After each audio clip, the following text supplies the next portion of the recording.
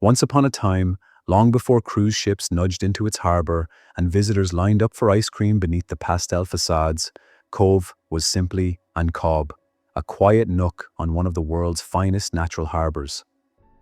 If you enjoy stunning drone views paired with unforgettable history, make sure to like, subscribe, and ring the bell so you never miss an adventure with Horizon History. Let's take flight. The town's history reads like Ireland's own biography, compressed into a narrow waterfront. Ancient arrivals, imperial ambition, tragic departures, heroic rescues, and the occasional moment of absurdity that only seaside towns seem capable of producing.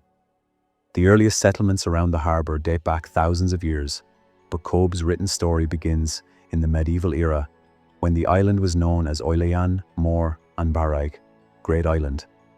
At the time, it was more farmland and fishing hamlets than a bustling port, though even then sailors recognized its strategic value. The harbour was deep, sheltered, and large enough to hide an entire fleet. It was the kind of place that made admirals sigh with delight and invaders take suspicious interest. By the 17th century, England had firmly grasped Ireland, and the Crown quickly realized that Great Island was a perfect staging post for naval operations.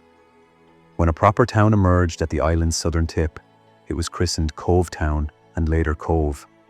Although modest at first, it grew steadily as warships, merchant vessels, and fishing boats crowded into the enormous harbour. Local lore insists that the sailors' pubs outnumbered respectable establishments by a ratio that would have alarmed any moralist. Luckily, moralists rarely made it to Cobh. The town's name changes tell an amusing mini-history of Irish politics. Originally Cobh, it was rebranded in 1849 as Queenstown to honour Queen Victoria's visit, an event that the locals politely tolerated while quietly noting that the monarch spent only a few hours there.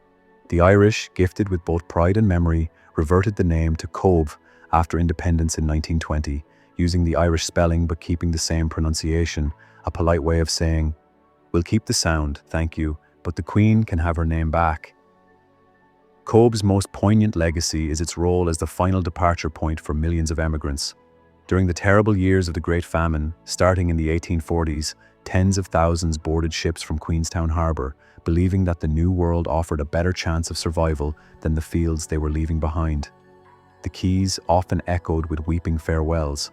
Though the Irish being Irish, there were also musicians playing lively tunes. One must maintain dignity even on the brink of exile. Not all emigrants left voluntarily. Queenstown was also a major departure point for convicts transported to Australia. Some prisoners reportedly celebrated their sentencing because at least the food on the ship would be better than in prison. That's optimism worthy of historical preservation. Cobh holds another place in world history. It was the last port of call for the Titanic. On the 11th of April, 1912, the great ship anchored off the coast, taking on 123 passengers. 7 returned alive. A local story claims that one late passenger missed the tender boat to the ship and, in frustration, kicked a nearby wall, perhaps making him the luckiest man in Queenstown that day. Just 3 years later, World War I brought tragedy even closer. In 1915, the Lusitania was torpedoed off the Cork coast, and the dead and survivors were brought to Queenstown. The town mobilized instantly. Hotels became makeshift hospitals, dining halls became morgues, and volunteers worked around the clock. Amid the tragedy, stories emerged of Irish fishermen who, despite having tiny boats and no weaponry, rowed directly toward the sinking ship to save whoever they could. One returning fisherman, soaked and exhausted, declared simply, "We were closer than the Navy, so what else would we be doing?" Cobh's massive St. Colman's Cathedral, whose spire dominates the skyline today, is a relatively recent arrival. Construction began in 1868 and took, appropriately for a Gothic revival masterpiece, half a century. The tower's chime bells are among the largest in Europe and have been known to ring unexpectedly during weddings, funerals, and one memorable Sunday when a trainee bell ringer got carried away and treated the whole town to an accidental 10-minute concert. By the late 19th and early 20th centuries, Queenstown had become a polished Victorian resort. Visitors arrived to promenade along the waterfront, enjoy sea breezes, and complain about the unpredictable Irish weather. Mark Twain once passed through and commented favorably on the scenery.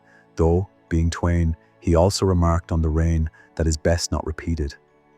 Independence in the 1920s restored the town's Irish name, and Cobh settled into a quieter rhythm until the rise of transatlantic tourism in the late 20th century.